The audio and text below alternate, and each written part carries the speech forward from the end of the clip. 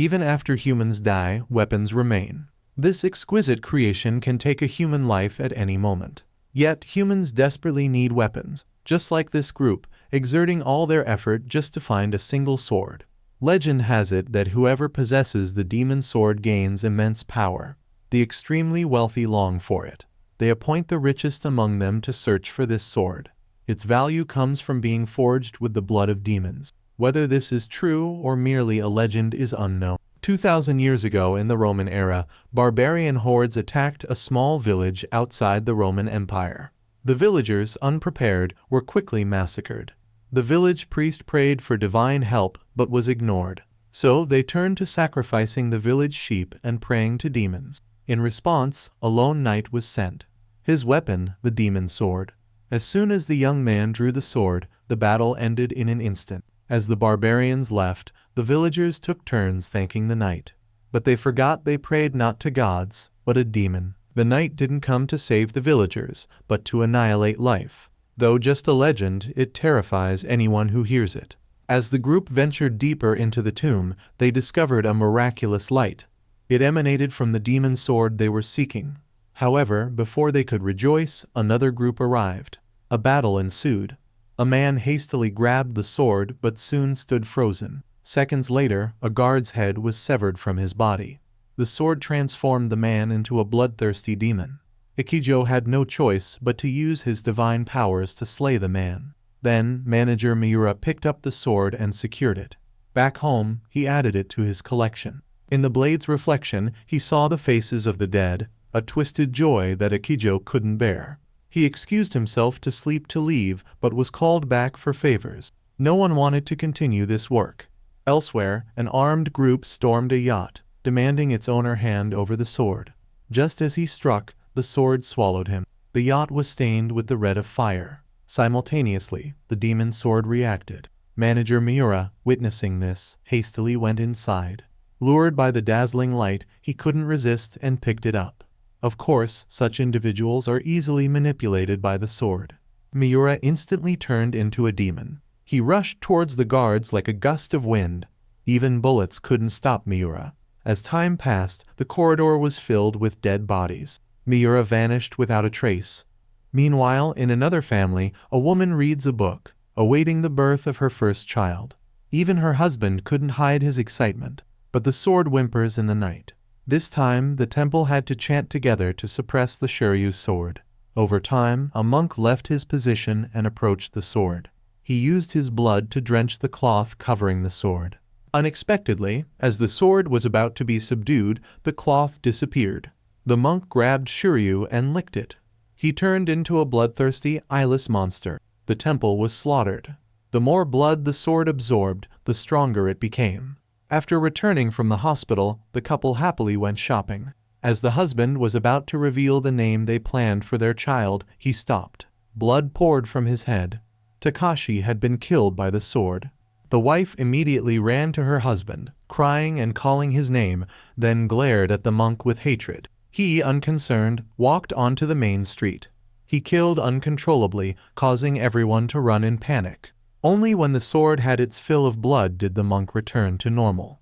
Before he could comprehend his actions, he was stabbed from behind by the pregnant woman. Her belly seemed affected too. As she went on a rampage, she suddenly calmed down. The grief-stricken girl hid in an alley, clutching the sword. Both seemed to struggle for control. When the street lights went dark, the pregnant woman stepped out and saw a girl returning from work.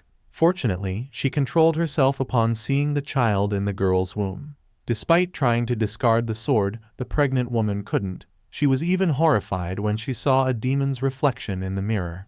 Back with Miura, the Shashidai's soldiers asked him to drop the sword, but were attacked instead. The demon sword destroyed their advanced weapons. Another man, Flamberge, who shared the goal of destroying the world, took the sword. However, there can't be two kings in one country. The two, empowered by their swords, enhanced their armor and clashed. Flamberge was no match for Miura. The sword held by the pregnant woman was dismantled, but she hung herself, leaving behind her newborn. When the man picked up the child, the sky shone brightly as if humanity's hope had appeared. Years passed and life went on calmly. The once abandoned boy grew into a teenager. Sayaka, lost in thought, was invited by friends to a newly opened karaoke place for lunch. Yet, Sayaka declined again. Later, her friends asked about Ishii, who had confessed his feelings to her. Popular among girls, Ishii was rejected by Sayaka. She didn't know what to say, just apologized. After school, Sayaka was escorted home by Tatsumi. On the way, they encountered Guy, who remained silent. Sayaka ran after him to thank him for saving her, but he didn't respond. Guy seemed uninterested in her, yet didn't like being bothered by Sayaka. Tatsumi got angry when Guy barely touched her. Guy let himself be knocked down but showed no remorse. At that moment, Sayaka's father arrived. The Shiryu sword was demanding more blood, so they hurried to conduct another purification ceremony. As usual, the master took Guy to the mountains to worship his late mother. Having adopted him a decade ago, the master wanted to pass on his knowledge to Guy, whose only wish was to become a blacksmith. At moonset, Guy went to the Shiryu sword and opened its sheath, considering it his mother. In the grand hall, people celebrated the artifacts set for auction.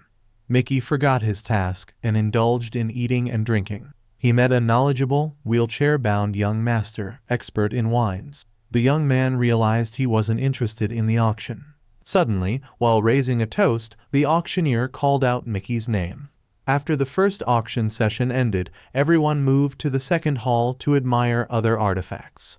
Mickey approached a sword with exquisite engravings. Through his technologically advanced eyes, he could determine if the sword was authentic or not.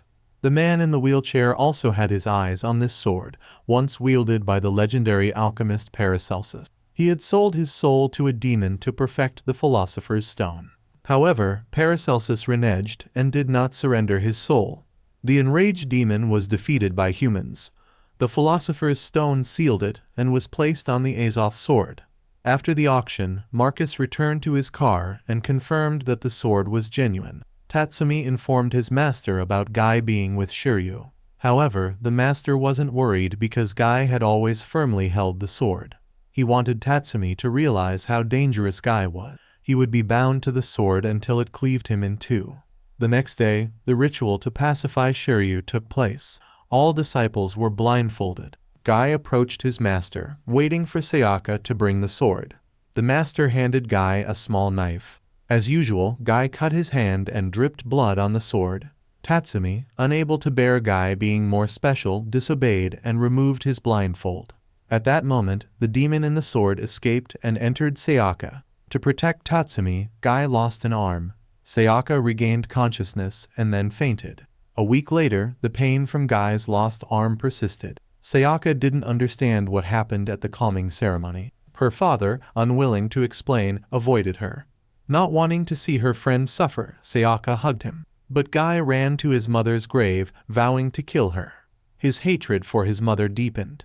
When he fainted, the master returned to the sword, asking it to protect Guy. After all, they had been together since Guy's birth. To increase Shiryu's power, he fervently attempted to destroy the sword. A few days later, the second auction began. Marcus, upon seeing the sword, unhesitatingly bid 500,000. Unable to accept defeat, Mickey doubled the bid. Each time Marcus raised the price, Mickey bid even higher. Ultimately, Mickey won. After completing his mission, he rushed back to Shoshidai during the night. Unexpectedly, on that secluded road, Marcus used his car to block the way. He wanted to know why this man was so desperate for the sword. If Mickey refused to hand it over, Marcus would resort to violence. Two burly men stepped out of the car. But Mickey wasn't scared. He quickly took down the two hefty men. Suddenly, as he turned, Miura appeared. Kyoko was surprised to see her former acquaintance there. Mickey had heard rumors, so he wasn't too shocked. It was only when he saw the man wielding the demon sword that he got scared. Kyoko urged Mickey to leave, but he refused and drew his own thunder sword. That night, Guy's severed arm grew back, but it had turned into iron. Back to the fight, Miura unleashed his strongest form and cornered Mickey. Unable to win, Mickey struck a lightning blow with a thunder sword. Mickey narrowly escaped death, but lost the Azov. It seemed Marcus had seized the opportunity to steal it. The next morning, Guy knelt before his master, puzzled why he used Shiryu on him. The master recounted the events of 10 years ago. Now it served as Shiryu's guardian. Guy obeyed his master's order. He lit a fire and chopped off the sheath of Shiryu, throwing it into the flames. Tatsumi, still upset about Guy being chosen, knew Shiryu was a living sword and couldn't be entrusted to ordinary people. The master understood this, but had yet to forge a perfect sword. He hoped Shiryu would enable Guy to create what he had always dreamed of.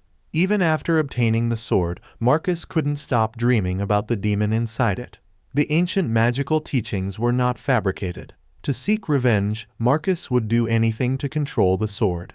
In his regret, the voice of his sister brought him back to reality. Marcus's family doted on him greatly, especially his sister who adored him. However, in response to this warmth, Marcus could only sigh. It turned out this family was just hired by him. When Marcus loudly ordered them to leave, he returned to his dark, empty room. He went to his room and drew a summoning circle for the sword. Yet, despite Marcus's pleas, the sword did not respond. He was unaware that Shashidai was monitoring him because of the theft. 2 years ago, Marcus lost both his parents and sister. Now he encountered his ex-girlfriend who had fallen in love with someone else and was about to get married. Marcus wanted to attend the wedding but couldn't. He just watched his girlfriend walk away. He remembered when the three of them used to play together. Both had claimed to love Marcus the most, but eventually betrayed him. Losing everything important, Marcus was filled with rage. The sword sensed his bloodlust and sprouted. In his panic, it entered him in the dark of night. Tatsumi, as usual, followed Sayaka as she returned home. He declared that he had rejected a matchmaking meeting to be with her forever. But Sayaka was indifferent. Just then, Tatsumi rushed to hold Sayaka back. He revealed his true nature, forcing her against a tree to commit vile acts. At that moment, Guy appeared. With just a light tap, he knocked Tatsumi to the ground. Then Guy's eyes turned entirely red. As he was about to kill Tatsumi, Sayaka screamed. This calmed Guy down, but he couldn't bear the screeching sound from his arm. Only when Sayaka hugged Guy did Shiryu calm down. Erika and Tanabe's wedding took place secretly, just as she said. As they were exchanging rings, Marcus appeared, shattering the happy atmosphere. To the shock of the two betrayers, Marcus stood up on his own legs. Master Ammon, because of this story, had to leave his mansion temporarily. The girl entrusted with delivering the sword had to ask her disciple to safely store the spear Tambakiri. Tatsumi overheard their conversation. With the power of the Azoth sword, Marcus became incredibly strong. He charged at the betrayers like a whirlwind. As he was about to kill them, Mickey intervened. He probably realized Marcus was being controlled by the sword. The stone imprisoning the demon turned into a shadow and escaped while they were distracted. As Tanabe and Erika were fleeing, Marcus changed in time. The fleeting image of a happy Erika brought Marcus back to his senses. Mickey arrived late but managed to calm Marcus a bit. Afterwards, Mickey took him back to headquarters for examination. In reality, Marcus only knew the legend of the sword but not its power. Azoth can transform human sorrow into a desire to kill enemies, as with Tatsumi, who is now consumed by Tambakiri. As Guy was forging a sword, Tatsumi, with eyes completely white, attacked him. He had become a wild demon. Shoshidai is a place where those chosen by the swords gather and undergo a deep sleep before controlling their powers. Untrained, Guy didn't know this and desperately resisted his bloodlust despite the attack. To protect him, Shiryu transformed Guy into a weapon. The two engaged in a frenzied battle. Ammon, sensing the murderous intent, returned to the mansion, but only found Sayaka unconscious. The two had gone into the deep forest for a more uninhibited battle. Marcus was brought back to Shoshidai. Kyoka guided him, reassuring that he would be protected here.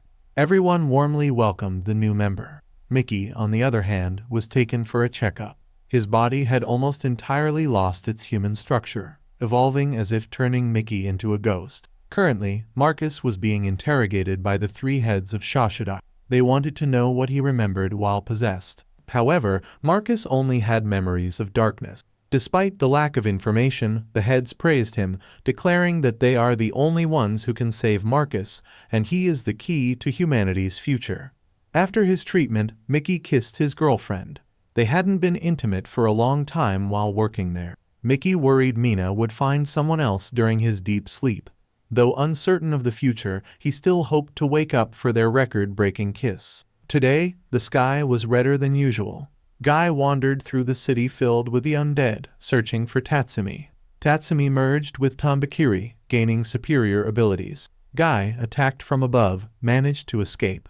He then thrust a spear straight through Tatsumi, a scene monitored from an airplane.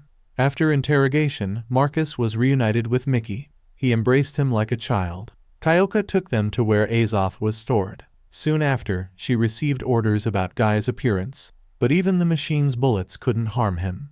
Kyoka couldn't gauge this person's strength. After a fierce battle, Guy returned to normal with Shiryu, but then he began choking himself. To prevent Guy from falling into darkness, his master sacrificed his own hand. Shashidai had now amassed many powerful weapons, their strengths beyond human comprehension. Those possessed and merged with the swords are known as chrysalis, implying they will become cocoons and hibernate like the centuries-old swords. If unable to hibernate, their evolutionary process accelerates. Chrysalis become Busoma, a form merged with the sword. Like Miura now, who can wield the sword at will, driven only by murderous intent. Miura's target is a prison for the most heinous criminals. He wants to consume the hatred within these people, making the sword stronger with each accumulation. Unaware of what happened, Marcus was put in a glass cage for hibernation. Meanwhile, another chrysalis, Ikijosaya, was released. In the morning, Sayaka went looking for Guy but couldn't find him. Tatsumi, despite a sword wound, survived, consumed by vile thoughts. Contrary to Guy, who after the incredible battle acted skittishly. He didn't speak and behaved like a little puppy. Guy played outside with butterflies, but his arm caused the butterflies to disintegrate. Ikijo woke up after 16 years and 24 days, meeting Kyoka for the first time. The previous manager, Murua, had been corroded by the sword. Sayaka and her father came looking for Guy, but he didn't respond. Seemingly to avoid Shiryu's power, he had become childlike. Ikijo's power is Vishnu, the supreme deity. He was ordered to search for Guy, who had caused chaos the day before. Kyoka, working with Ikijo for the first time, had only heard bits and pieces of stories. Ancient Indian epics tell of a country that enraged the gods. Carrying a ring of light, a deity punished the king and his people, turning their vast kingdom to dust. The ring of light, a divine weapon, was left behind and sealed. Ikijo is the only one who can wield the chakram, making him the strongest in Shashida. Returning to Guy, he wandered aimlessly before stopping at a statue. As it began to rain, Guy started sobbing uncontrollably. Remembering her father's words, Sayaka comforted him, knowing he needed a moment of tranquility. Her father returned to his blacksmith work, still unable to create a sword capable of cutting through human consciousness. The decision to forge Shiryu within his disciple stirred controversy. Although a bold move, Ammon knew that Shiryu was Guy's guardian since birth, the only thing capable of slicing through his consciousness. However, rumors suggested that Shiryu might have a twin sword, and the one with Guy was significantly weaker. The stronger version could exist somewhere else. At another shop, a woman close to Ammon and her disciple were forging an incredibly sharp sword. She adored the beauty of sharp blades, even fearlessly licking them. Her fascination made her disciple extremely nervous. She even desired to be cut by her disciple to experience the sword's sharpness. That night, Sayaka sewed a new outfit for Guy. While she was changing, someone was watching intently. On the festival day, Sayaka took Guy through every nook and cranny. They played various games and enjoyed food together. Back at the girl's sharpening shop, a strange customer brought in his sword for sharpening, paying a large sum for expedited service. Unaware, the girl didn't realize the sword was Shiryu, appearing unscathed. As she sharpened it, a shrill noise emerged, and suddenly an eye popped out of the sword. Kiyomi was possessed by the demon inside, driven by a thirst for blood. Realizing the photo of Ammon was destroyed, Kiyomi quickly instructed her disciple to leave until she called. The more Kiyomi sharpened the sword, the louder its screams became. It needed more blood, and she reluctantly used her own to appease Shiryu. In the still night, Miura sat alone, playing the piano unheard. At that moment, his old enemy reappeared. Swords sought each other out to determine the stronger. The fire sword had once lost to the demon sword. Now they would settle the score in this final battle. Not far away, 2 other Busomas watched the duel, admiring the sharpness of the demon sword. Ultimately, the demon sword emerged victorious. After the festival, Sayaka took Guy to a temple to pray for divine protection. She hoped to spend more time with Guy, but upon returning, Tatsumi appeared. He had followed the butterfly on Sayaka's shirt. Shiryu instinctively raised its hand in defense. As Tatsumi was about to cut off Sayaka's head, a ring flew out. Ikijo had found what he was hunting. After sharpening Shiryu, Kiyomi was exhausted. The customer left quickly, knowing this. Ikijo and Tatsumi were engaged in a fierce fight. Guy's arm reacted too. Ikijo's ring trapped Tatsumi, shattering him into pieces. As Ikijo was about to leave, he stopped. Shiryu's eye was fixated on him. He was the true target. Ikijo immediately pushed Guy away, with Sayaka rushing to protect him. But they were no match for Ikijo. At that moment, Mr. Kaijitsu appeared. He let the 3 into his house and questioned what Shoshidai wanted with the boy. Ikijo was just following orders. If Guy became a Busoma, he would eliminate him. Having lived so long, Kaijitsu was familiar with many like Ikijo. Then, a large, strange-looking man approached. He was Soin from Gabai, an organization similar to Shoshidai. Since a forest can't have 2 tigers, they immediately clashed. Sayaka, sensing trouble, asked Mr. Kaijitsu to intervene, but he was keen on watching the fight to the death. Initially, Ikijo underestimated his opponent, but soon had to use his chakram. One of them would have to die. Fingers from Soin's shadow unexpectedly sprouted. Seeing this, Guy threw a rock at it, accidentally hitting Soin's leg. Soin turned away, abandoning the fight. He shoved Sayaka aside and grabbed Guy by the neck. Unexpectedly, a Busoma emerged from the shadows and stabbed Soin. This was the prey he had pursued multiple times, seemingly just waiting for the right moment to ambush. The Busoma then hurled a knife at Guy. As Guy's body was wounded, he couldn't help but awaken. He charged at the Busoma, stabbing it and screaming. Sayaka didn't recognize the person in front of her. Despite being cut in 2, the Busoma survived, threw a smoke bomb, and fled. No one pursued. Ikijo now solely focused on killing Guy.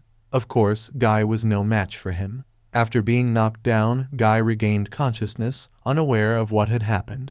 Ikijo was not about to let him off, but he was interrupted by Kaijitsu climbing on him, sniffing around. This eccentric behavior unnerved Ikijo.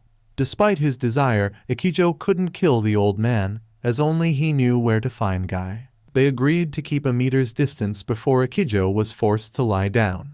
In the pouring rain, Kaijitsu met with Ammon.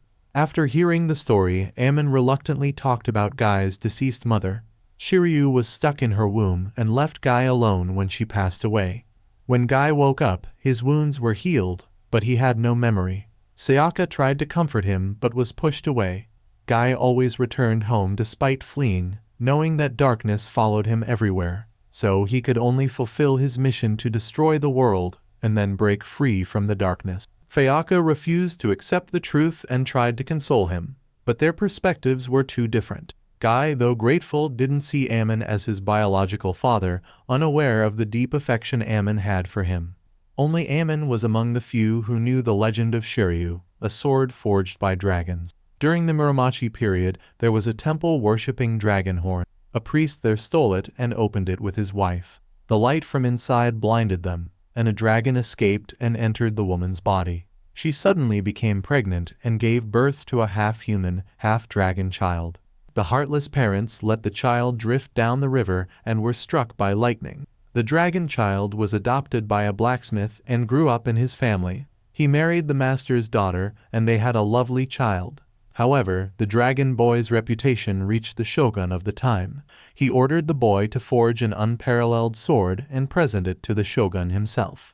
Reluctantly obeying, the dragon boy was forced to remove his mask, revealing his face. As a result, his wife and child were killed. But no blade could cut him. In the end, they exiled him to the sea, left to survive on his own. When the dragon boy returned to his old home, memories of his family flooded back. Enraged, he resolved to forge 2 unmatched swords. The weaker one ended his own life. The other was meant to behead the shogun. Afterward, both Shiryu's swords disappeared. Legends say their shadows can be seen by someone special and wield power over life and death. This also explains why Shiryu is so filled with murderous intent. Ikijo was so moved by the story that he cried tears, even having a runny nose from crying too much. But he couldn't let Guy go. At dawn, he waited for Guy's return. This time, Ikijo extended his hand to Guy, inviting him to another world, Shashidai. Guy, puzzled, looked to his master. The decision was his alone to make. Reluctantly, Sayaka could do nothing but chase after the car, calling out to him. The other half of Shiryu, sensing its counterpart's movement, couldn't stay still. Once in Ikijo's car, Guy realized its terrifying nature. They arrived at a house full of flowers. Ikijo was taken aback by the person who opened the door. It was his long-lost love Kei, who had been waiting for him for 16 years, tending to her garden. Ikijo thought Kei might have married during his hibernation, but she remembered nothing, thinking they had just watched a movie the previous day. When Kei stepped outside, Ikijo pulled Guy aside. He told Guy that eventually they would become Busoma, and to prevent this, they needed to hibernate. Ikijo had just woken up after 16 years. Ikijo and Kei had been friends since high school, with Kei being just a year younger than him. For Ikijo, time stood still during his hibernation, so he always looked like his 100-year-old self. Kei, however, didn't question it and accepted the reality, fooling herself into believing they were a normal couple. That's why Ikijo wanted to make it up to her. Meanwhile, Guy, having been sent away, wandered to a crowded fighting arena. On stage, two opponents greeted the audience before sitting down at gaming consoles. It was just a virtual fight on screen. In contrast to the cheering crowd, Ikijo was immersed in his love for Kei. Reminiscing about old times, Kei suddenly experienced pain. She could no longer paint her toenails herself. She recounted memories they shared, once a couple that many envied. They had left their mark at every place they visited. Kei wished to go to the lake where Ikijo once picked up a hat for her.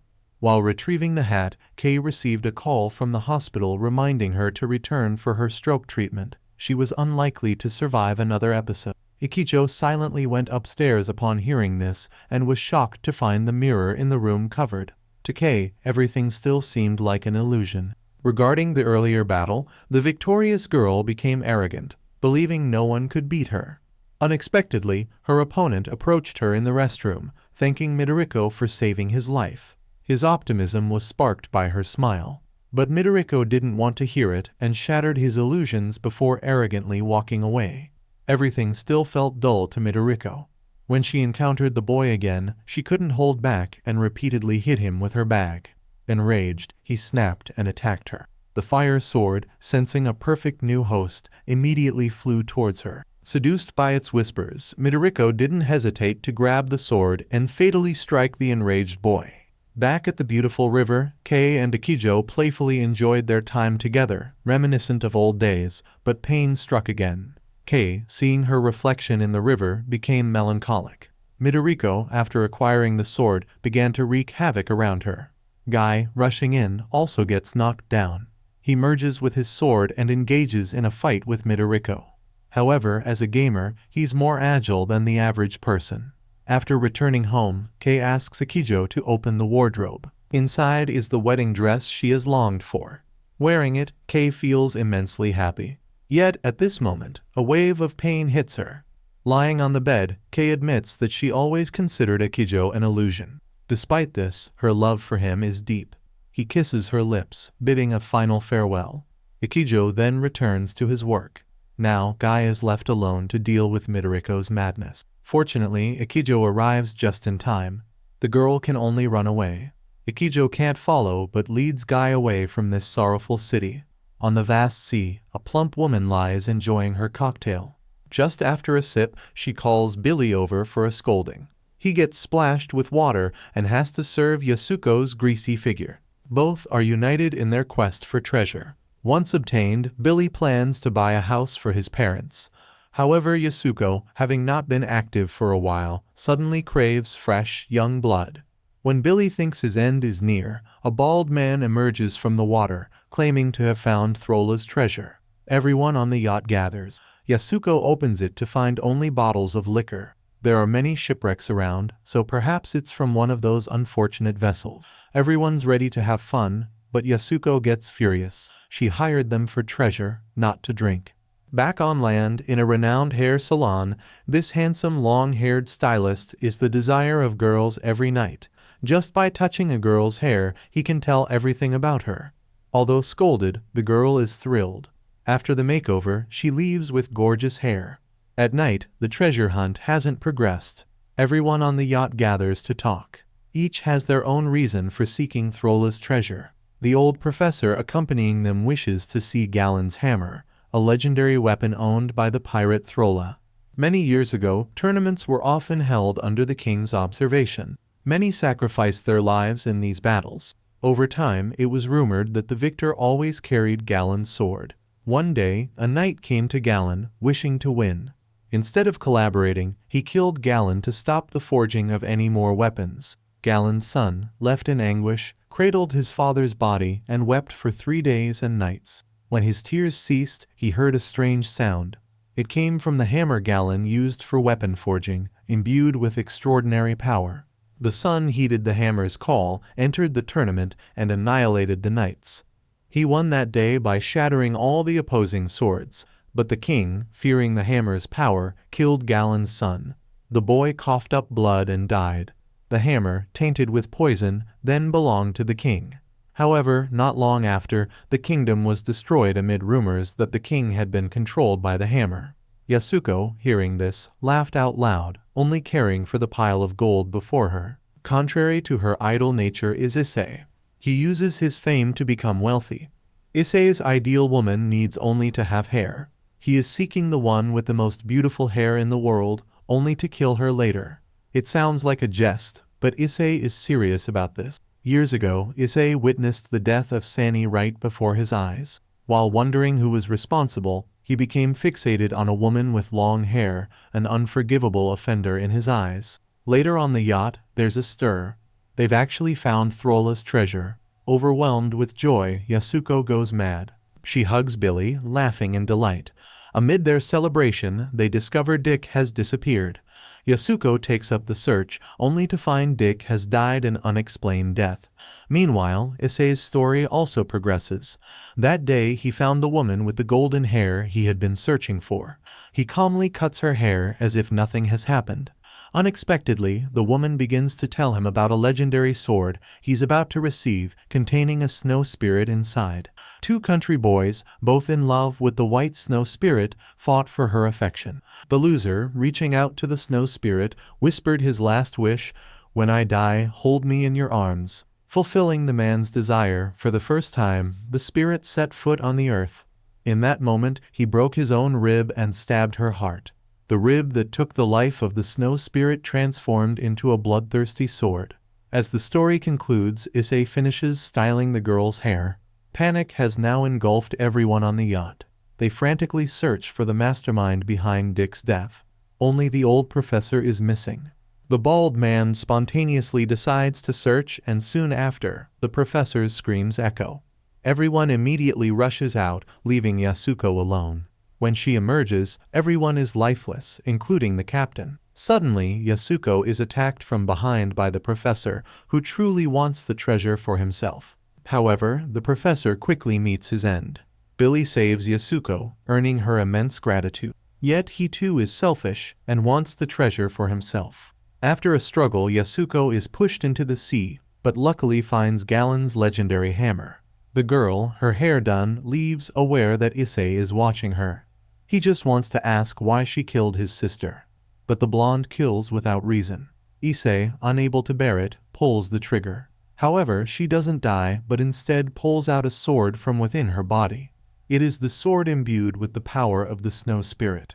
Issei, merged with the sword, can only scream in agony. Hours later, Billy realizes another boat is drifting nearby. Just as he thinks he's about to be rescued, Yasuko emerges from the sea with Galen's hammer. Days later, the cursed duo, Issei and Yasuko, meet. In reality, there are many weapons beyond human comprehension. Shoshidai now targets Kanata, the offspring of a human father and a spirit mother, born with knowledge and strength far surpassing humans. At 18, Kanata was given the halberd by his mother. The sword will unleash its true potential when used to uphold justice. but if used for evil, the wielder will face disaster. Kanata went to the battlefield, keeping his mother's words in heart, and to protect his village, he vanquished 100 enemies, becoming a hero. Upon returning, Kanata discovered that his beloved Sarah had married a young doctor in his absence. In a fit of rage, Kanata killed them both with his sword. From then on, Kanata turned into a demon, slaughtering the villagers and even his own parents, eventually dying in a massacre. The lost halberd is now the mission for Mickey and Marcus. Their target is the real estate conglomerate, Sekiya. Shoshidai received information that the director had acquired a weapon from a wealthy owner. Mina also joined the mission to infiltrate Sekiya's information network. Meanwhile, Ikijo still mourns his late lover Kei. Her words echo in his mind. Guy has hardly eaten anything since joining Ikijo, single-mindedly wanting to return to where he belongs. Guy is indifferent to how long he must hibernate, but no one knows when he will awaken. Perhaps by then, the world will have changed. The people Guy once knew may have returned to the earth. Mickey meets Mina and shares a passionate kiss. Marcus can only silently watch their affectionate moment. They aren't allowed romantic relationships within the headquarters, so it's a secret. Thanks to Mina's talent, they reach the highest floor of the headquarters without difficulty. Marcus comes up with a bold idea. Thanks to his Azoth sword, they are enveloped in darkness. They quickly enter the ventilation ducts from the restroom. Marcus, from a wealthy background, can hardly bear the stench, almost vomiting. Fortunately, they reach the bottom in time. Though they manage to open the safe, the sword is secured with a double-layered security system. Unaware, Marcus gets caught in it and triggers the alarm. Poison gas starts to release, and the ventilation shuts down. Mina desperately looks for something to help them. Meanwhile, Marcus tries to use his power, but the gas affects people like them. Just then, the director arrives. Mina lies about a medication check and leaves. However, the director detects her lie. In reality, he has been using the halberd for himself. Hearing Mina's scream, Mickey couldn't remain calm. Thrown back, she could only retreat. Just then, Mickey appeared. All three clashed in combat. Mickey got injured protecting his lover, but he didn't let his opponent escape. Marcus took advantage of a blind spot and sliced the director in two. After his elimination, Halbert merged into Mickey's body. He screamed in pain, but no one could help. Later, the trio hid in a small alley. When everyone was worried about Mickey, he suddenly laughed and said it was fine. Mickey explained his wound had healed, so they didn't need to return to Shoshidai early. Marcus understood and left, giving the couple some privacy. Mina, still fearful of the two weapons' influence on her lover, outwardly acted normal, but inside, Halbert was stirring chaos in Mickey's mind. Ignoring it, he took his girlfriend to an amusement center. They tried every game there. By evening, Mickey wanted to set a Guinness record with his lover. In this tender moment, Halbert resurfaced. Mickey, losing control, wielded both weapons. Shoshidai, noticing the anomaly, contacted Marcus. Ikijo also called, saying the break was over. Concerned for her boyfriend, Mina frantically searched for him, only to be knocked down by him. At this critical moment, Marcus arrived to protect her. He tried to summon Mickey's soul back. Ikijo also came to help. Seconds later, Mickey completed the merger. Though not fully transformed into a Busoma, his strength was immense. This battle also agitated Shiryu within Guy. The two strongest members of Shoshidai fought. Ikijo, despite his confidence, was knocked down. Guy had to use his power. Before the immense energy released, Ikijo ran to shield Guy. Mina struggled to awaken her boyfriend. Busoma started tormenting itself. As it fought Mickey's control, Guy broke the armor with a strike. Mickey returned to his normal state, falling into his lover's arms. He was then taken back to Shoshidai for examination. Mickey's current condition was such that even hibernation was ineffective. They needed to retrieve both weapons as soon as possible. However, no one told Mina about this. She was relieved Mickey was safe. Contrarily, Mickey felt guilty for endangering his lover. Before hibernating, Mickey confessed to Mina that he just wanted to be normal, have children, and live happily. Then, Mickey proposed to Mina. Regrettably, he never anticipated transforming into a Busoma before he could fully hibernate. Mina silently witnessed this heartbreaking process. Turning back to Guy, the remaining Shiryu sword was crying, searching for its companion. The wealthy family that owned it didn't know what to do. Despite their riches, they were powerless against the sword. The young master of the family, besides caring for the sword, was also involved in charitable activities. He was deeply concerned about abandoned children and even the elderly in nursing homes. However, both the orphanage and the nursing home were built under one roof, where Sayaka and her father lived. Sayaka still longed for Guy, blaming her father for Guy's dangerous predicament. She saw him as a person, not just a sword. But Mr. Ammon understood. Guy was essentially the sword's sheath, containing Shiryu's humanity. The choice between good and evil rested on Guy. As Sayaka gazed at the moon, reminiscing about Guy, he did the same. She remembered how as a child, when searching for Guy, they encountered a wolf. Guy had protected her despite being gravely injured. They held hands on their way home, a memory that still moved Sayaka deeply. While gazing at the moon, Guy was interrupted by Akijo, who was still in pain from his wounds. Guy couldn't understand why this man was protecting him. Akijo's remark about Guy being weak surprised him. He asked Guy if he had someone special in his heart, hinting at Sayaka. But Guy was too young to understand. In reality, he felt like living just for himself, not needing to worry about others. This was Guy's weakness. If he couldn't protect those he loved, it meant he couldn't protect himself either. Returning to the young master of Shiryu, he brought 2 investors to the land to decide where to build. They argued intensely. While brainstorming, he could only draw pictures. At that moment, Shin had a brilliant idea to combine the 2 projects. It sounded impractical but made perfect sense. The dispute was resolved, and Shin proved his ability.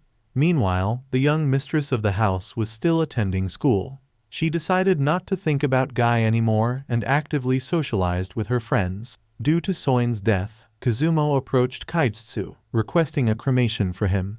They realized they had underestimated the Busoma. Now that creature had also gone into hiding. The era of Chrysalis was approaching. To protect everyone, Gabai should join forces with Shashidai. However, they were a group that did not use weapons. Instead, they trusted in the divine. Gabai still believed that eventually the weapon would turn her into a Busoma. But Kaitsu's hope still lay with Guy. Currently, he was being held by Akijo, forced to cook for him. Guy couldn't stand the sedentary lifestyle. The recent battle made him ponder about Shashidai. It seemed like a place that prevented them from becoming Busoma. Guy didn't understand why they clung to their humanity so desperately. Many years ago, when Akijo was still human, he was ambushed and nearly killed. At that critical moment, a divine bracelet appeared.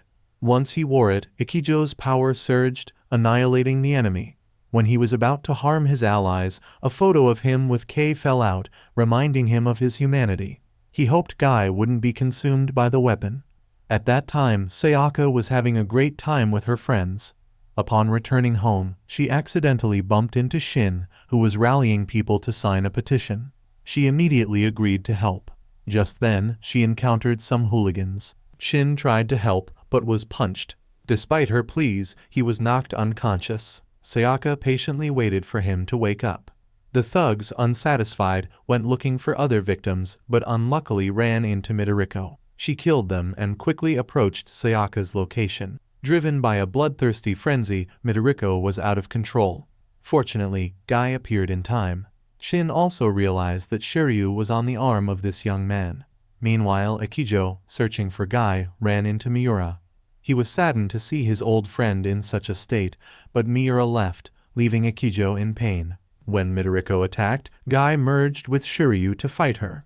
For the first time, he injured Midoriko. Realizing she shouldn't stay, she fled once again. Seeing Guy again filled Sayaka with both sadness and heartache. She wished for Guy to return to her, but he pushed her away. This event led Sayaka to revert to her former state. This time, however, Shin appeared right in her classroom. As for Shashidai, Mina became an experiment in Marcus's evolutionary process. After completing her transformation, Mina was reborn as Aya, resembling Marcus's ideal type. Aya is now Marcus's supervisor. When he woke up again, he immediately went to the control room, where Aya casually walked in to greet him. Her resemblance to his former girlfriend startled him. As expected, Marcus quickly fell for this girl's charm. Aya began questioning Marcus, lying that Mickey was hibernating peacefully. Though somewhat comforted, Marcus was still consumed by fear, worried he might turn into a Busoma at any moment. Aya seized the opportunity to embrace Marcus. This moment reminded him of Erica. Embarrassed, Marcus withdrew from her arms. All this was carefully calculated by Shashidai. They were also closely monitoring Ikijo's every move. Over the next few days, they grew closer. Ikijo shared a lot about the existence of Chrysalis and Busoma. For him, Shashidai was their salvation. However, Guy still didn't fully trust this. Currently, Shin was using his talents to charm the class. Soon, he became popular for his looks and wealth, which made the other boys in the class jealous. When Shin was alone, they confronted him. They even hurled abusive words and extorted money from Shin. Seeing this, Sayaka stepped in to help and loudly called for the teacher, attracting other students' attention. After the bullies left, Sayaka returned Shin's wallet. The two became closer. Shin couldn't help but ask about Guy. Sayaka fell silent upon hearing his name. Upon returning, Ikijo was reprimanded by Kyoka, but her focus quickly shifted to Guy's arm. Kyoka urged Ikijo to go into hibernation, but this time he refused. If he continued like this, he would turn into a Busoma, but Ikijo still had things to do. He knew Kyoka was Miura's daughter, now grown up and continuing her father's work. Ikijo wanted to redeem Miura's soul and fulfill his daughter Kyoka's wish.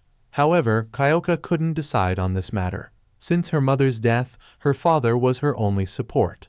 When Kyoka went to the thieves to retrieve the weapon, she was met with refusal. They spoke disdainfully of Miura, tarnishing the history of Shashidai. Ikijo took Guy to see the weapons. Guy's hand trembled, but he managed to control himself.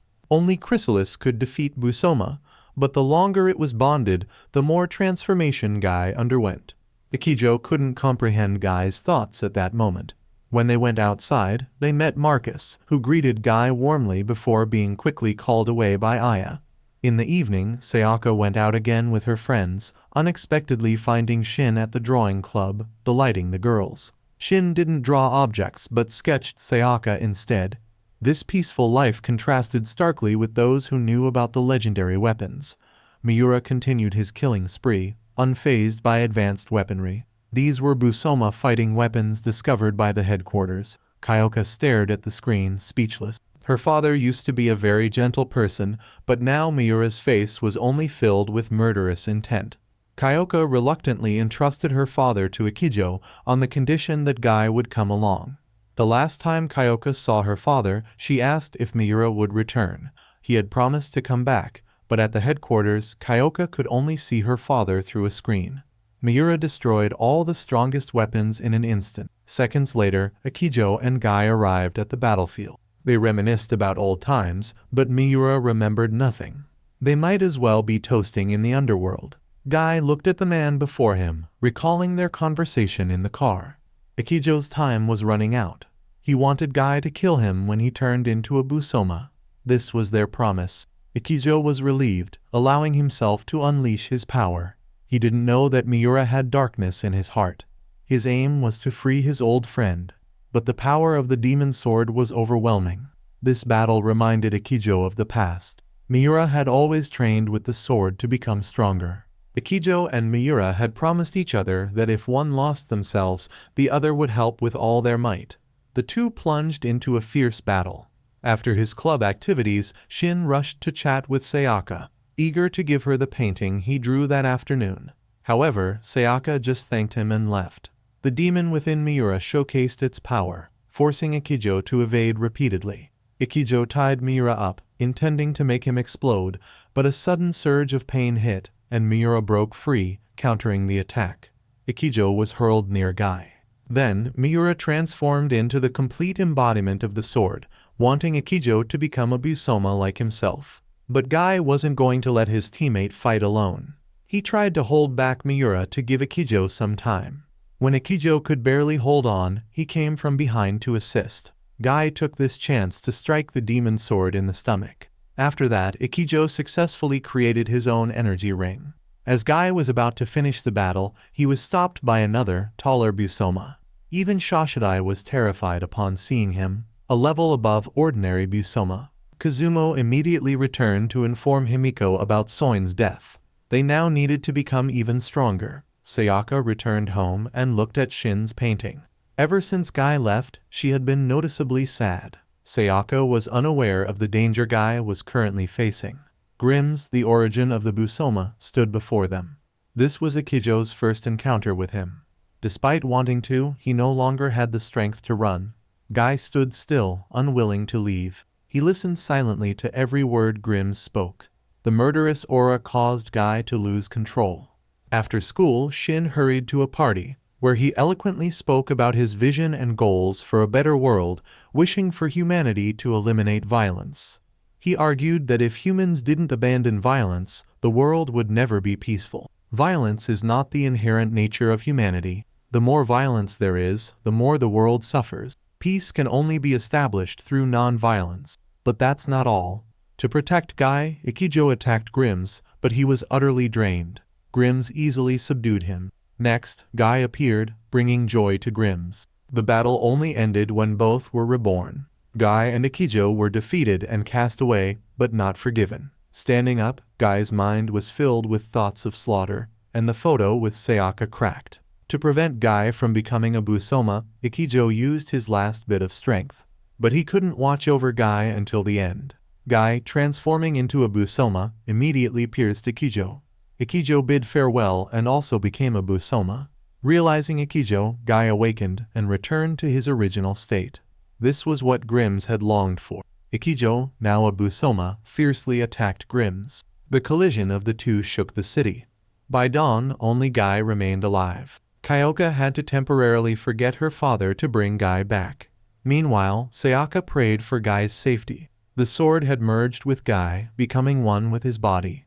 When Guy awoke, his first question was about Ichijo. Guy had promised to destroy him if Ichijo became a Busoma. But Shashidai couldn't let Guy leave at that moment.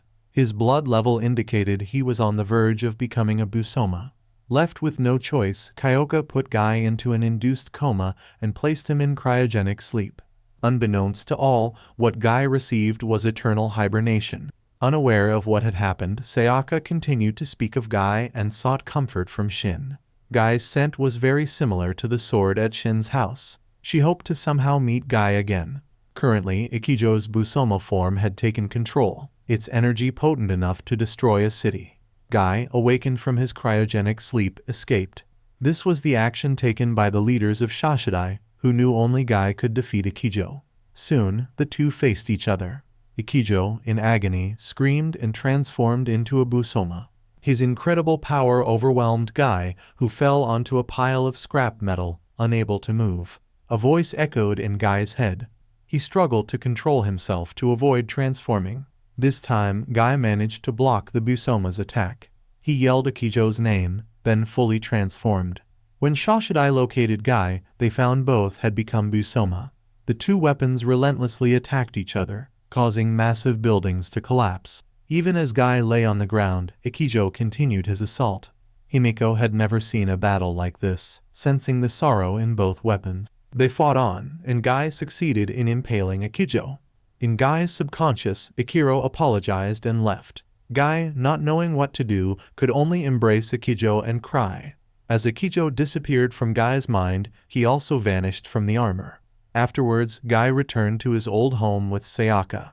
Everyone was glad to see him back. Sayaka happily asked if Guy wouldn't leave again, but he didn't know why he was there. Seeing his reflection in the water drove him to despair, hiding in a cave. Sayaka found and comforted him.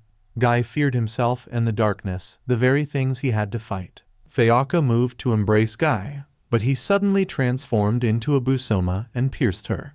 Fortunately, it was just his illusion. The next morning, Guy visited his mother's grave, no longer harboring resentment towards the woman who had protected him. Sayaka had prayed for her to always be by his side. Returning home, Guy lost control for a moment. He turned to swordsmithing to forget the murderous intent in his heart. No one dared disturb him. After a day, he had forged a sharp knife. Guy told Sayaka about Ichijo and gave her the small sword for self-protection. Their bond grew stronger and a peaceful life resumed. However, that night, Guy decided to leave without a word. Looking at the item Ichijo left behind, he sat down, drew the sword, and stabbed his own hand, enduring the pain to extract Shiryu from his body. After completing this, he jumped from the building to free himself. Sayaka, worried, went looking for him and witnessed this tragic scene, her scream echoing through the city. As night fell, Marcus parachuted from a helicopter. He used Azoth to immobilize the enemies. Shashidai's target this time was Pyramid. After locating the sword, Marcus put everyone to sleep.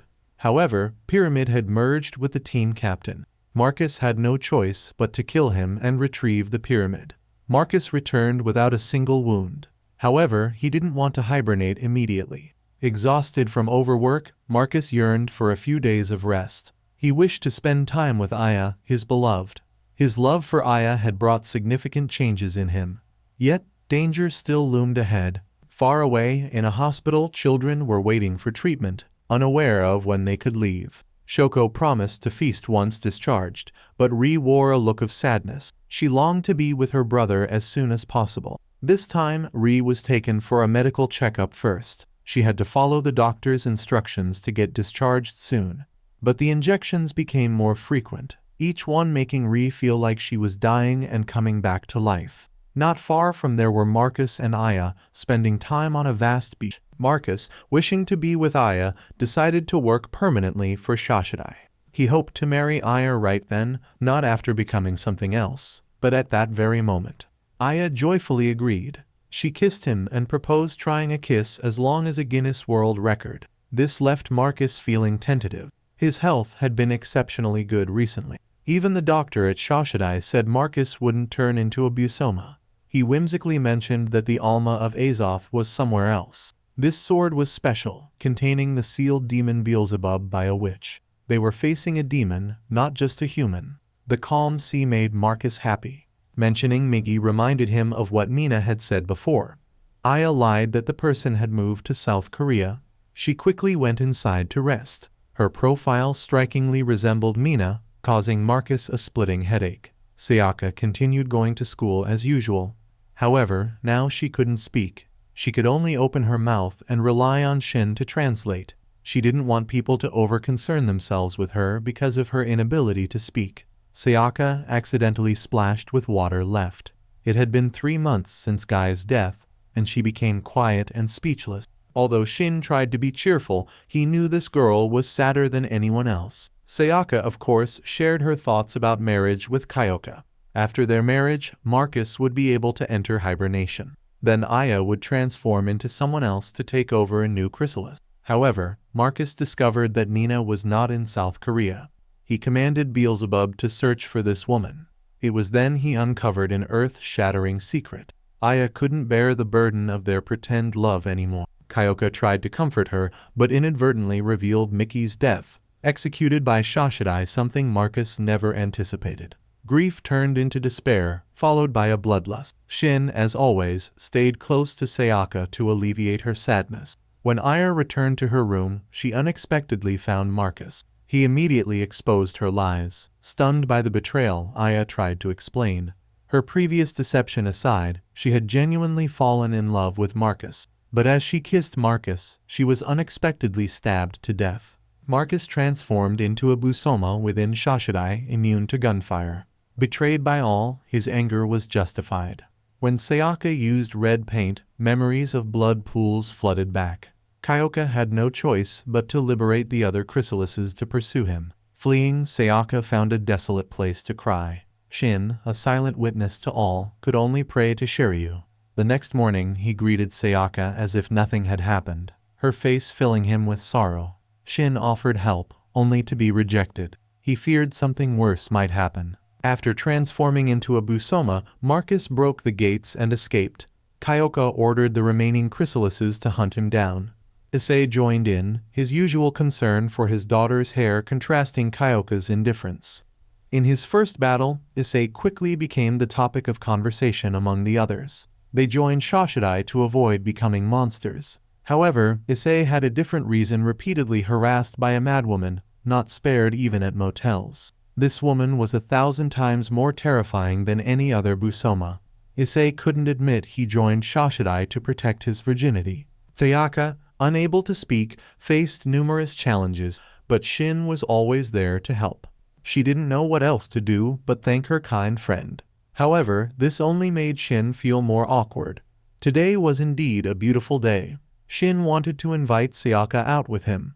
They wandered through all the games inside the shopping center. Afterwards, they sat down to eat and talk. Shin had always wanted to do this, just like normal people.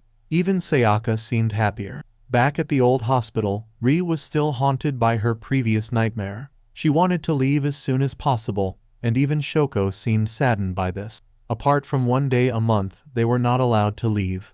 Only Sayori seemed willing to obediently stay. After serious contemplation, she decided to help her two friends escape. Even Sayori wanted to enjoy normal activities. They reached the door but couldn't open it. Everything here was secure. After having their fill of fun, Sayaka and Shin left. But they stopped right where Guy had died. Sayaka relived those horrific memories once again. Before meeting Marcus, the chrysalises accidentally bumped into the fat lady. Issei was the last to leave, fleeing as soon as he saw her. However, Galen was a brutal weapon. As the two sides fought, Marcus appeared. He laughed sinisterly and quickly killed both chrysalises. Issei was so frightened he could only run back, wetting his pants. Evil spirits were everywhere. Himiko, sensing this, silently left the shrine. Despite trying all the doors, the three children couldn't find a way out. They had to go to a dark place and try to open the iron door. When it opened, they were met with a suffocating cement wall. The children, still not understanding what was happening, were knocked out by gas. After coming to her senses, Sayaka's face fell back into sadness. Shin tried to talk and empathize with his friend. He too was a person struggling to survive. His past memories were always a haunting presence. It was the Grimms who had killed his mother and sister. Shin's sister still had to be hospitalized. Shin, having miraculously escaped, could not forgive himself. He had to strive to find light before being swallowed by darkness. That force was still trying to pull Shin down. These people were no different from what Guy had said. Shin began to panic, just like Guy that time. Terrified, Sayaka suddenly found her voice. She promised to protect him, and they shared a kiss under the melancholy sunset. A few days later, Shin visited his sister, who turned out to be Ri. He was unaware that his sister was being held at this place, and he had great trust in the doctor. When Himiko went outside, a Busoma killed Soin and tried to kill her, but Himiko had anticipated this. The Busoma retreated in fear into the shadows. Ri, having lost her memory, only remembered eating and being examined. Shin, thinking his sister was okay, tried to reassure her. Ri was sad because she couldn't go outside and wanted to leave as soon as possible to play with her brother. This time, the doctor allowed her to go catch stuffed animals. When she met her brother, Ri had a fun time, but she didn't forget her friends Shoko and Sayori. Then, the doctor led her somewhere. When Ri asked where they were going, the doctor turned around, activated a device on Ri's wrist, and she fainted. Shoshidai became busier because of Marcus's situation. Kyoko wanted to send more chrysalises, but she was completely ignored. Frustrated, she returned to her room to drink and continued to observe. Even Kyoko didn't know why she was there. Looking at her father's broken mirror, she couldn't help but remember Miura's image, now completely different. She shook off her shock and went to the observation room. Marcus was in the park harming girls. His bizarre behavior caused panic. It seemed Marcus hadn't fully turned into a Busoma. A fragment of his human memory was still there. Despite wanting to send more chrysalises, Kyoko had no authority. She could only grit her teeth and watch. Shin and Sayaka were also in a park somewhere. Lately, they had been going out together like a couple. Even though their conversation was natural, Shin had spent the entire night thinking. Every time he remembered their kiss, he would bump his head against a tree trunk. When Ri woke up, she sadly told the doctor she didn't want to return to the hospital. She disliked pain and suffering. That's why this time Ri ran away. Meanwhile, her brother, oblivious, was happily with his girlfriend. At that moment, Shin saw Ri running past. In a panic, Shin chased after his sister, leaving Sayaka alone. Ri, running through the bushes, accidentally bumped into Marcus. Upon his proposal of marriage, she quickly agreed. The naive child unwittingly fell into the hands of a dangerous man.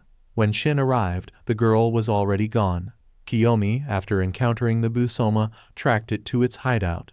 The two faced each other, and with a single lethal move, Kiyomi completely defeated her opponent. Then she took the weapon the Busoma left behind and inserted it into herself. Returning to Ri, Marcus led her to a church to request a wedding ceremony. Hearing his earnest plea, the priest could only agree. Under the enchanting evening light, Marcus smiled, having fulfilled his wish. But Ri looked around bewilderedly, thinking that agreeing would reunite her with her brother. However, life is not a dream. Angered, Marcus transformed into a Busoma and killed the priest, then proceeded towards the girl to continue the ceremony. Fortunately, Shin arrived just in time. He took a blow for his sister, then tried to protect Ri. But this time, Shin couldn't do anything else. In his anguish, a bloodied man appeared with the Shiryu sword. Behind him was the embodiment of Shiryu, wanting Shin to become its sheath. Accepting the truth, Shin took up Shiryu and gained immense power. He needed only one stroke to defeat Marcus. After the deed, Shin's strength was drained, and he fainted. However, what puzzled people was Ri's sinister smile. In a nearby alley, some mean students were bullying their classmate and extorting money from him. After being abused, the boy ran to the weapon museum to cry. It seemed the armor behind him was calling him. The boy turned around to see an eye protruding out. He was drawn to it without fear, even standing up. It turns out that Guy, after attempting suicide, was not dead. Himiko brought him back to the shrine for treatment. During his time there, Guy diligently meditated. To replace his lost arm, Himiko had prepared a wooden arm for Guy. It was the right size, but it couldn't move. Despite this, Guy didn't offer a single word of thanks. Kazumo, infuriated, remembered the incident from that day. If it wasn't for Himiko's request, Kazumo wouldn't have wanted to save this ungrateful person. But Guy didn't ask to be saved either. Himiko couldn't let Guy die because she saw the demon still alive inside him. She didn't know what he was thinking, but self-harm wouldn't save Guy's soul. Now he could only live as though he were dead, for the demon within him to completely disappear. As they were talking, a disciple came in to announce the start of a competition between the students. Himiko and Kazumo had to leave but invited Guy to watch. The students here took turns attacking each other, but the result was always a draw. This method was called the Mind Fist of No Abode. Himiko was the only exceptional practitioner in 300 years. At the age of 9, she was entrusted with a pendant by her father, signifying the right to lead the family. When Himiko entered the arena, everyone tensed up. As soon as they moved, Himiko had already teleported behind them. The power she held was 21 types of primal energy from the Busomas she had defeated. Hard to believe, but everyone had seen it with their own eyes. She was the sheath for all kinds of weapons, something that could pacify them. After 2 attempts, Himiko took away the primal energy of the other 2. The outcome was clear. Himiko turned to Guy, indicating she wanted him to train here. At night, they took Guy to the 7 layers of Hellfire, where his karmic obstacles would be tested. The candles lit themselves. Guy simply had to step out of the circle to win. But every time he neared the flame, the people he had killed appeared. Thus, the flames burned more intensely. Their faces reminded Guy of the killings, and he screamed in agony, causing the fire to blaze fiercely. Himiko had to jump in to intervene, removing his primal energy and absorbing it. This caused Guy to faint immediately. When they brought him back to his room, Kazumo wanted to eliminate Guy as soon as possible. If Guy stayed, disaster would surely follow. But Himiko disagreed. Guy was someone they needed to save. After all, this place wasn't just for training, but also for saving lives. Returning to the bullied boy, this time he ran determinedly to the armor. Kiromaru's prayer had been realized. Kiromaru, undeterred by the sharp spikes inside the armor, stepped in. He then transformed into the armor and chased away the bullies to their embarrassment. Meanwhile, Guy awoke. He was the first to create such a massive flame. He chose to hate himself rather than the world. Born as his mother committed suicide and left behind a sword, Guy's destiny had been tied to it. Seeing his own desire for violence, he chose to abandon it. Now he needed to change. Guy wished to rid himself of his mind like Himiko, who was called the Tomb of Weapons. Himiko held Guy's vital energy in admiration. If he could tame his rage, Guy could transform it into light droplets that bloom flowers. Seeing them, Guy realized this girl was not as cold as she claimed. He felt a strong warmth from her. Thus, Himiko should not consider herself a tomb of weapons. After leaving Guy, Himiko faced Kazumo, who feared his master would fall for the boy and lose control over the weapons. But Himiko was still fine. Meanwhile, Kiramaru, not knowing how to get out of the armor, was confronted by Midoriko. With the help of the Grimms, she had fully become a Busoma. Midoriko chased Kiramaru to the rooftop, but their fight was interrupted by Jeskos, a demon known for causing disturbances. Grimms knew this would happen but just watched. Even his two subordinates did not bother to help. Humanity was gradually dying, and the Busoma were vying for dominance. However, Busishin had yet to appear, representing the path to humanity's end, as if fated. Grimm's prophecy was not entirely accurate, nor could it be fully trusted. Mimiko used a fire phoenix to reach Kiramaru on the rooftop. She knew he needed salvation, and that Himiko could provide it. Midoriko seemed strong, but Jeskos ultimately defeated her, allowing Kiramaru to escape. In the shrine, Kazumo was intent on dealing with Guy himself. But Guy wouldn't leave without learning anything. He could only defend himself against Kazumo's attacks. When Kiramaru arrived, he stood up to protect this Busoma. The boy fainted and returned to human form. Himiko's fire phoenix also returned to its master. After the incident with Marcus, Shin was taken to Shashidai for treatment. Upon awakening, memories and a surge of murderous intent overwhelmed him. Kyoka, accompanied by the leader, visited him. She explained the recent events. Shin's father, the leader of the Motoba clan, had made significant financial contributions to Shashidai.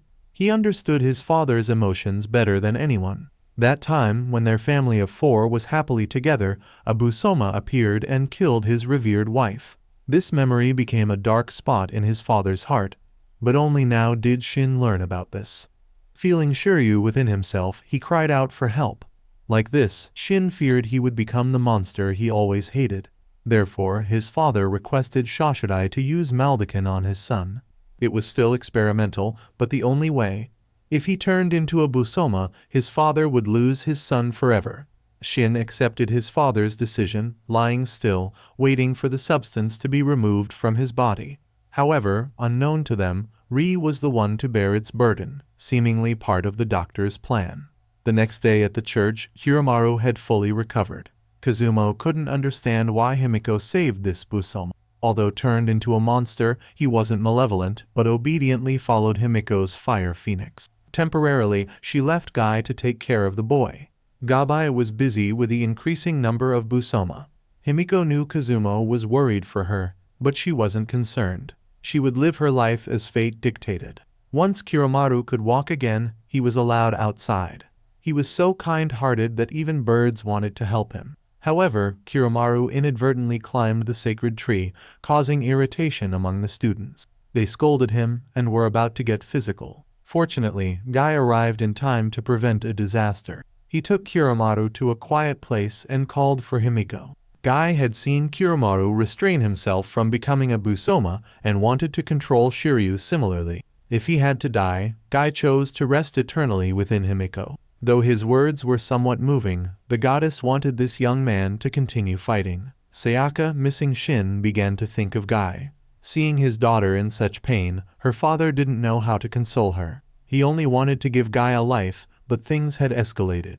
After the drug trial, Shin's Alma core completely vanished, meaning he returned to being normal. This gave Kyoka hope of saving her father. But no one knew the killing intent still deep within Shin's mind. He felt a strange calling and went to the weapon room, where he found Guy's prosthetic arm. Shin's eyes suddenly darkened. By the time everyone realized, he had silently stolen the arm and left. This led Kyoka to believe in the legend of the two swords. When she sent people to bring Shin back, his father appeared and ordered a halt to all Shashidai activities. At Himiko's shrine, Guy was lighting the lamps at dusk as usual. Unexpectedly, Shin appeared there, without clear reason. They went to a secluded place to talk about Shiryu. Shin also harbored the sword and understood it well. But not wanting to be bound by fate, Guy threw his prosthetic arm into the water. They returned home in silence. Shin, grateful for being saved before, wanted to thank Guy. While they were talking about Sayaka, a disturbance occurred at the shrine. Everyone fainted for an unknown reason. Jeskos came there to fight Kiramaru. Guy quickly grabbed the boy and told Shin to get down the mountain. Guy's hand was shot off. Seeing this, Kiromaru instantly turned into a Bosoma. However, he was no match for Jeska. The disciples who had fainted tried to get up to protect Kiromaru, but even Kazumo's shield was ineffective. Unable to bear the sight of these people being slaughtered, Guy angrily called for Shiryu to return to him. A ring of golden light engulfed him like a dragon, transforming him again into a bloodthirsty Busoma. Even Jeskas's attacks were futile against him. Guy charged like a rocket, cutting down the Busoma's color. After everything calmed down, Kazumo rebuked Guy, saying he shouldn't have saved him. If he had known Guy was a Busoma, he would have made him suffer. But when Himiko returned, Kazumo suddenly lost consciousness. Despite his severe injuries, he continued to grumble about Guy. Himiko alone understood that Guy was innocent. Kiromaru, not finding Guy at the temple, ran outside. As he approached, he noticed Guy's gaze had drastically changed. A curious passerby in a car stopped to watch the commotion, but suddenly, as if hypnotized, he flashed a sinister smile and stopped to take Guy with him. After the success of Prismafen, Shoshidai marked it as a significant advancement. It seemed only a matter of time before Miura would revert to normal. However, Shin continued to be haunted by his bloodlust. Pretending to be calm, he went to school as usual, nonchalantly talking about having seen Guy the day before. But Sayaka, having witnessed Guy's death, was eager to learn about his current whereabouts. It was now evident that Sayaka had always loved Guy, a realization that disappointed Shin, as she had kissed someone she did not truly love. This time, Shin chose to ignore the bullies. However, when they touched him, he violently subdued them, leaving them unable to get up. With the successful results from Prismafen, Kyoka dispatched 3 people to confront her father. However, the supreme leaders of Shoshidai disapproved. They saw Miura as a disgrace, deserving of harsh consequences. Unwilling to accept this, Kyoka went to the lab herself, brandishing a gun and threatening her colleagues to gain entry. Other chrysalises, though lacking Prismafen, were still sent to the battlefield. Among them, only Issei survived. Kyoka also arrived at the scene to fight. Unlike before, Issei displayed remarkable combat skills. He attacked the demon sword fervently, only to be violently thrown back, coughing up blood. Kyoka's gun, initially thought to fire regular bullets, was actually equipped with Prismafen. The demon sword was unexpectedly defeated with a single shot. Kyoka then proceeded to inject it with several more syringes. Back with Guy, the driver, now under his control, resembled a bloodthirsty demon. Guy's gaze swept across the city, causing immediate pandemonium. People's eyes turned blood red, filled with murderous intent, plunging the city into chaos. Memories of Miura's past life surfaced. He had a small family and a beautiful wife. Although merely an observer, the chrysalises all regarded Miura as a friend.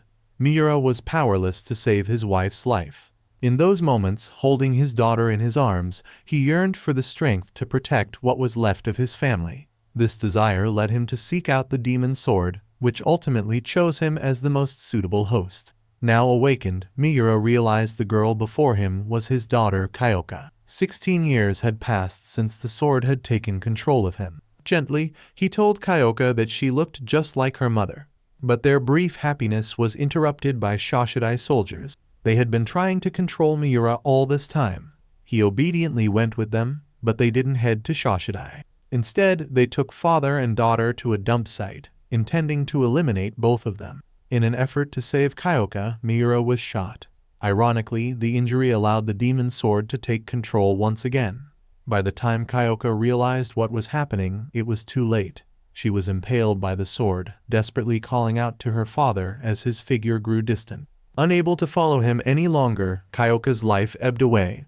Now, Guy seemed like a completely different person, leaving a trail of death wherever he went. Even Kiromaru couldn't reach his soul. After attacking Kiromaru, Guy continued on his path. Ri returned to her hospital room, but her mood had drastically changed. Even Sayori's silly faces couldn't bring a smile to her face. Following the doctor's orders, Sayori also departed. Shin, Ri's brother, was striving to live a normal life. Everyone in class respected him for his knowledge, but only the bullies knew how frightening he could be. Ri, in contrast, remained childlike, eagerly waiting for her brother. Shoko, unsure of what to do, comforted her at her bedside. If Ri couldn't meet her brother, Shoko would be the loving brother she needed. The atmosphere in the hospital became lighter. Sayori, although allowed to go outside, just wandered around the park. She didn't hate the hospital. She just didn't want to experience pain. When she thought of leaving, her wristband was activated. She returned to the hospital, bringing butterflies back to her two friends. However, Sayori soon collapsed, her hands bearing unusual wounds. The doctor, wanting to keep the matter under wraps, lied about the situation. He initially pushed Shoko out of the room to meet her mother, but it wasn't a visiting day, and Shoko, not wanting to see the woman, forcefully rejected the doctor's attempt and sent him out. After diverting attention to Shoko, the doctor left.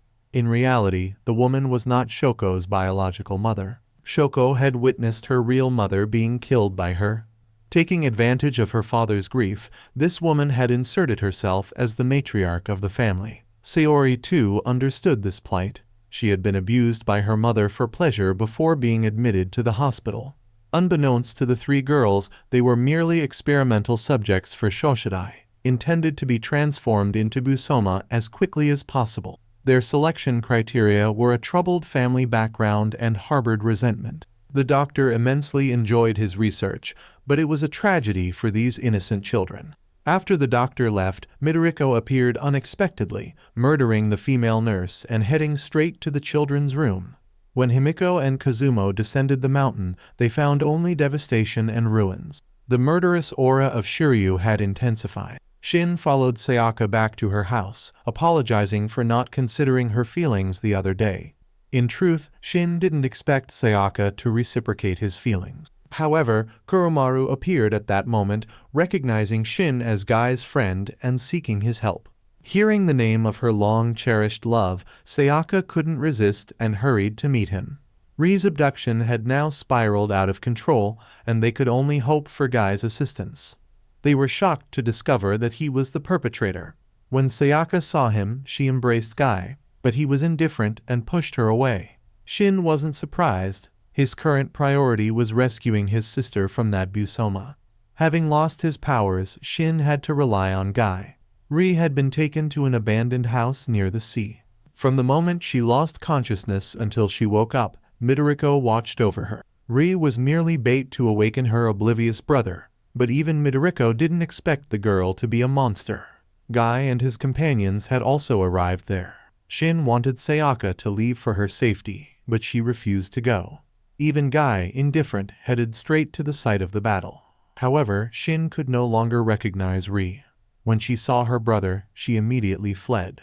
Left in the warehouse was only Midoriko, but Guy wasn't deterred and instantly transformed into a Busoma to fight. Sayaka tried to intervene, but ended up being stabbed. Guy had lost all his humanity. He cared only for the fight, nothing else. Seeing Sayaka weakening in his arms, Shin couldn't contain the hatred boiling inside him and finally used a knife to kill Midoriko. After the incident, Guy, losing interest in the fight, left. Sayaka was taken to the hospital, her life narrowly saved. When her father arrived, the situation was already resolved. However, he was shocked to learn that Guy had stabbed his daughter. Amon's face paled, reflecting on his action. He now believed that entrusting Shiryu to Guy was a mistake. Ri, who had disappeared the previous night, returned to the hospital. Her wounds healed on their own, but Ri was not surprised. Issei, after the battle with the demon sword, took a few days off to return to his passionate hobby. Despite a long period of hibernation, he hadn't forgotten how to care for hair. His hairstyling skills satisfied his customers. This was what Issei needed, not Shoshidai. While enjoying this perfect moment, Yasuko appeared. She had bought all the hair salons to find information about him. For Issei, this obsession was more terrifying than death itself. He ran desperately into the streets but couldn't escape Yasuko. Fortunately, Issei also had a sword, or he would have had to endure a kiss from the old lady. Back to Ri, one moment she was fine, and the next, she was in excruciating pain, her wristband broken. While her friends worried about her, Ri turned into a demon. The supervisor, distracted on his phone, didn't notice until it was too late. By the time he reached for his gun, Ri had already slaughtered her two friends and the doctor. Shin, wanting to see his sister, also arrived at the scene, but all he found were lifeless bodies and endless pools of blood. Issei, disheartened by Yasuko's situation, went to a bar, not expecting to encounter the killer of his sister there. To his dismay, she even offered him a farewell drink with a hint of lemon. Just as he was uncertain what to do next, a glass of wine was thrown his way. Expecting a beautiful woman, Issei was surprised to find it was Yasuko. He ran for his life, leaving the girl to search for him once more. His shiny, attractive hair made Issei an appealing target. Suddenly, he found himself trapped between two women, the overweight woman and the killer of his sister. Facing a difficult choice, he stood behind the more attractive woman. Fortunately, Yasuko, being a chrysalis, was easily dealt with. However, Issei's words could not be taken back, and he accepted a kiss from his sister's killer as an affirmation of their love. Not far away, reappeared in her familiar park and began attacking people. Guy hesitated to attack due to uncertainty about her true nature. Pushed down, retransformed back into her human form. Shin arrived soon after and mistakenly thought Guy intended to harm his sister.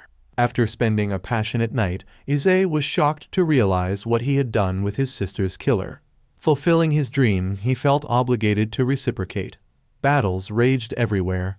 Unable to defeat Guy, Shin felt helpless and couldn't focus on the fight as Ri fled.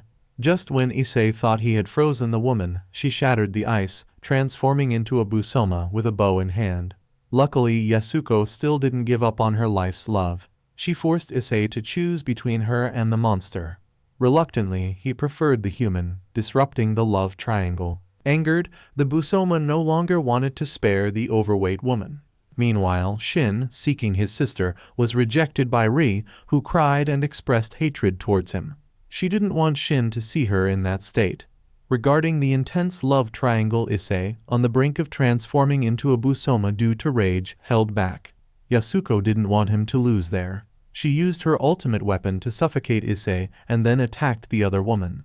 As the Busoma was thrown back, Yasuko grabbed Issei and fled.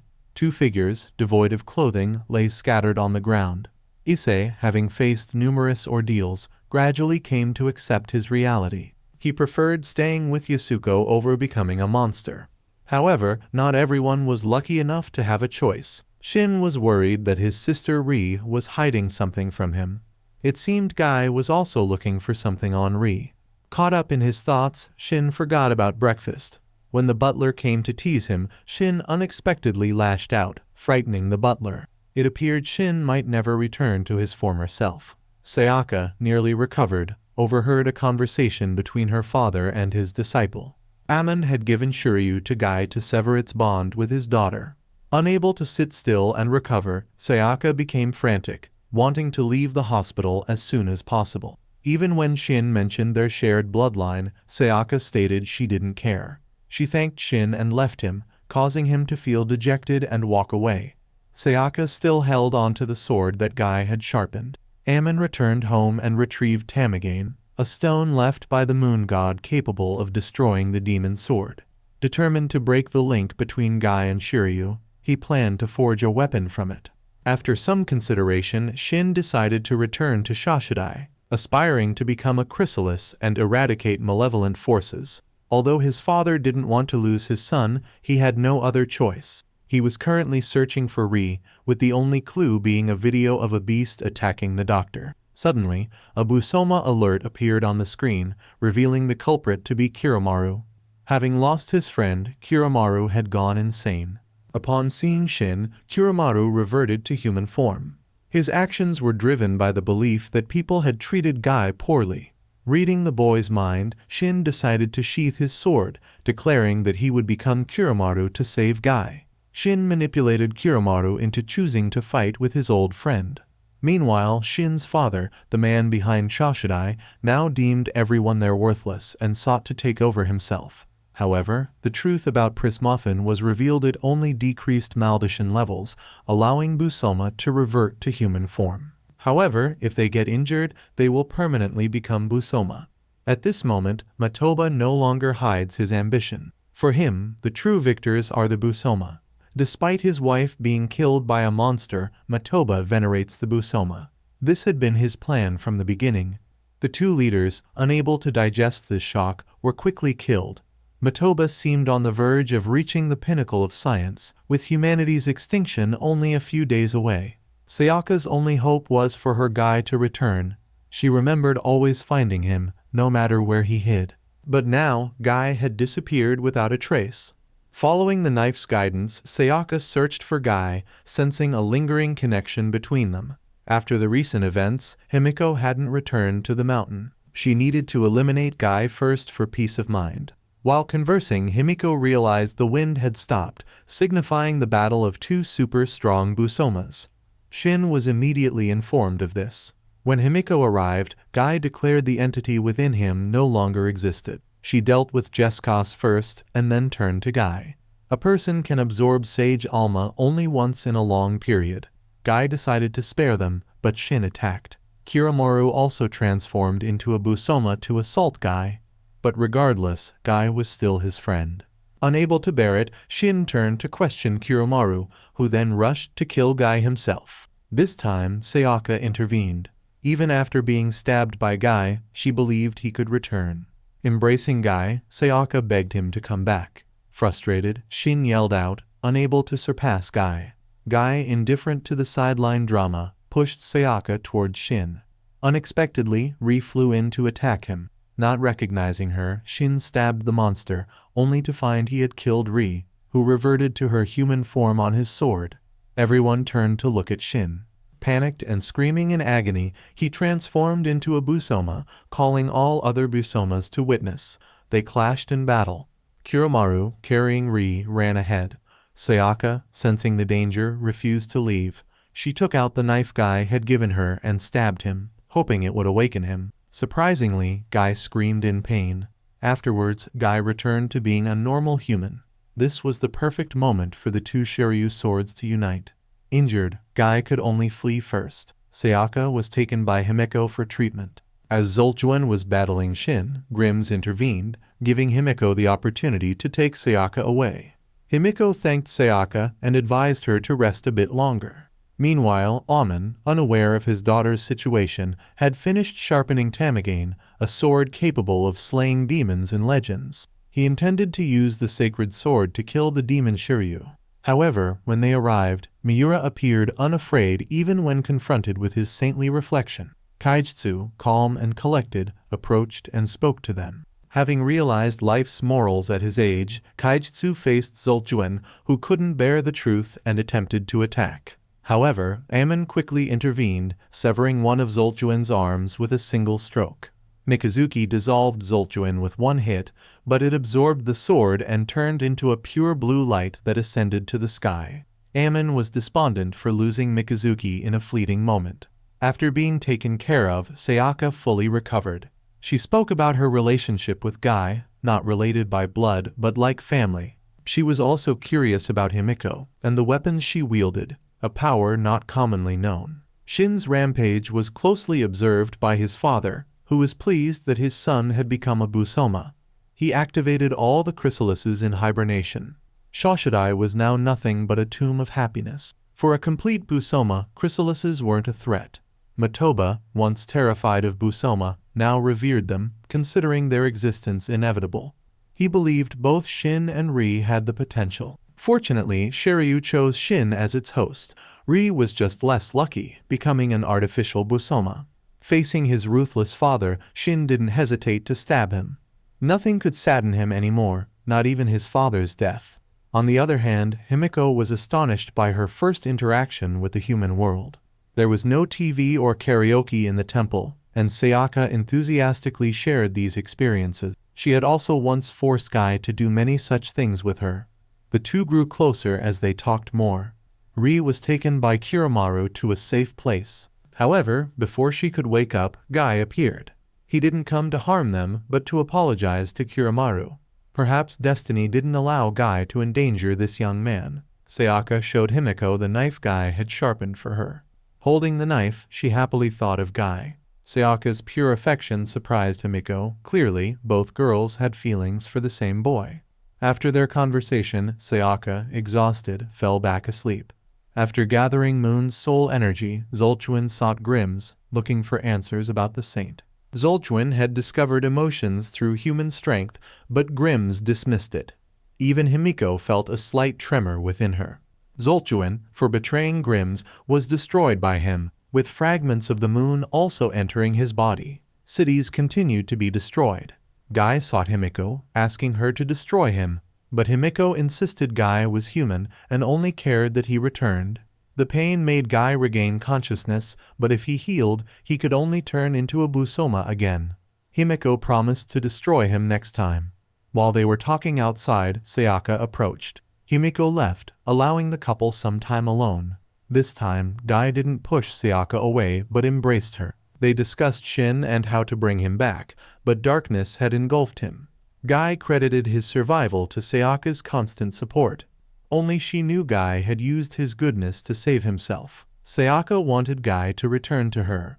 They would eat and talk together like before, watch the sunset, and pretend as if nothing had happened. Although he wanted to, Guy couldn't do it. He needed to understand his existence before dying. Their brief, beautiful moment was shattered as Shin stabbed Guy and took Sayaka away. When Guy opened his eyes, only Himiko and Kazumo were with him. Despite the pain, he was determined to find Sayaka. Himiko worriedly advised him not to go, but Guy refused to heed her pleas, intent on protecting Sayaka. Realizing she couldn't stop him, Himiko transferred some of her strength to him. As Guy left, tears streamed down Himiko's cheeks. Wounded by a weapon, she ran away in fear, not wanting Kazumo to see her.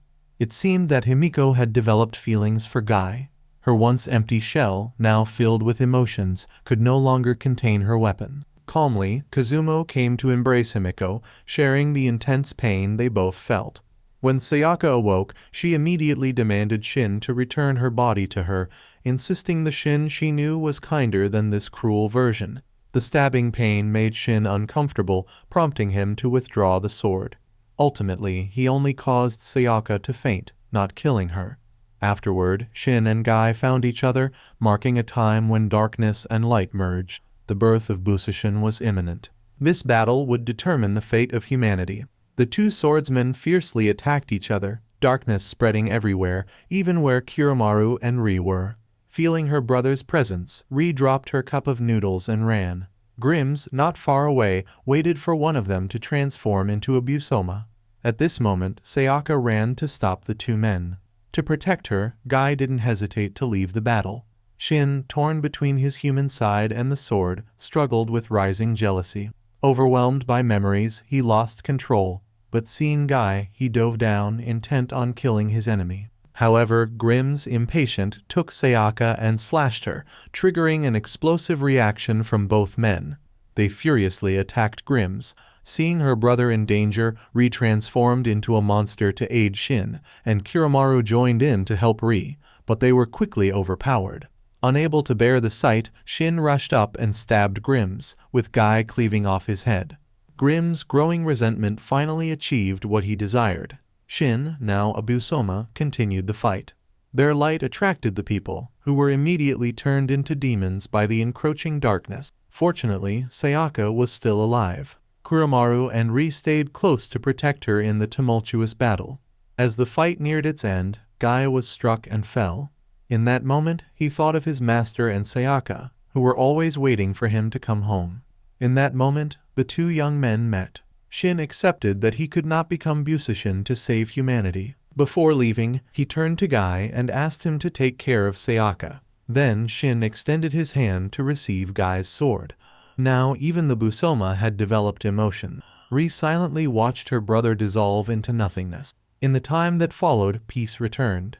Guy visited his mother's grave and continued to learn the craft at his master's house. After mastering it, he was entrusted with the Shiryu sword. Now it was no longer a source of fear for Guy, but had become his companion, and that marked the end of the movie.